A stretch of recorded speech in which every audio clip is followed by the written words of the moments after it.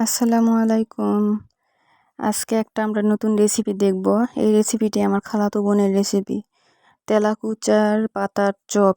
তো আমার খালাতো বোন এই যে পাতা সংগ্রহ করছে। এর আগে আমি কখনো খাই নাই এই চপ। আসলে কেমন খেতে হবে জানি না।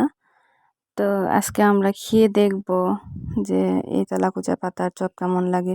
এই যে পাতা সংগ্রহ করা হয়ে গেছে, কিছু ফল নিয়ে আসা হয়েছে। এই যে এই ফলগুলো পাখিদের খুবই প্রিয়। এই যে পাখি অলরেডি একটা ফল খেয়ে ফেলেছে। তো এখন এই শাকগুলো ধুয়ে নিচ্ছে, তেলাকুচার পাতাগুলো ধুয়ে নিচ্ছে। এদিকে এই যে 3 মুঠ বুটের ডাল নিয়েছে এবং 1 মুঠ মসুর ডাল নিয়েছে। এগুলো পানি দিয়ে ভিজাই দিচ্ছে, একটু ভিজলে আমরা ব্লেন্ড করে নিব। তো ব্লেন্ড করাটা দেখাচ্ছি না। এখানে পাতাগুলো কুচি কুচি করে কেটে নিচ্ছে। এই যে সবগুলো সুন্দর করে কুচি কুচি করে কাটতে হবে।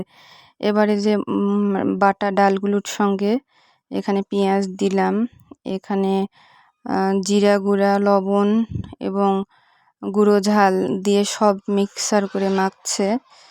এই যে এরপর পাতাগুলো, কুচি করা পাতাগুলো দিচ্ছে সেখানে। এরপর এগুলো দেওয়ার পর ভালো করে সে বাটা ডালের সঙ্গে ভালো করে মেখে নিচ্ছে। এবার একটু 2-3 মুঠ চালের আটা দিচ্ছে। এবার সবগুলো খুব ভালোভাবে মেখে নিচ্ছে। একদম খুব নরম নরম করে মেখে নিতে হবে।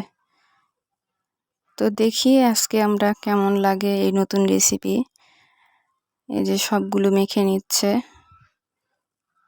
এগুলো মেখে নিতে হবে যতক্ষণ না খুব নরম হয়ে এসছে ততক্ষণ পর্যন্ত মেখে নিতে হবে এবং সবগুলো মিক্সার করতে হবে। এই যে চুলায় তেল উঠিয়ে দিয়েছে এবং চপ আকারে এগুলো তেলের মধ্যে দিচ্ছে। এভাবে একটার পর একটা চপের শেপে দিয়ে দিয়েছে। এটা হয়ে যাওয়ার পর আমরা উল্টাই দিব। এই যে আমাদের হয়ে গেছে পাতার চপ।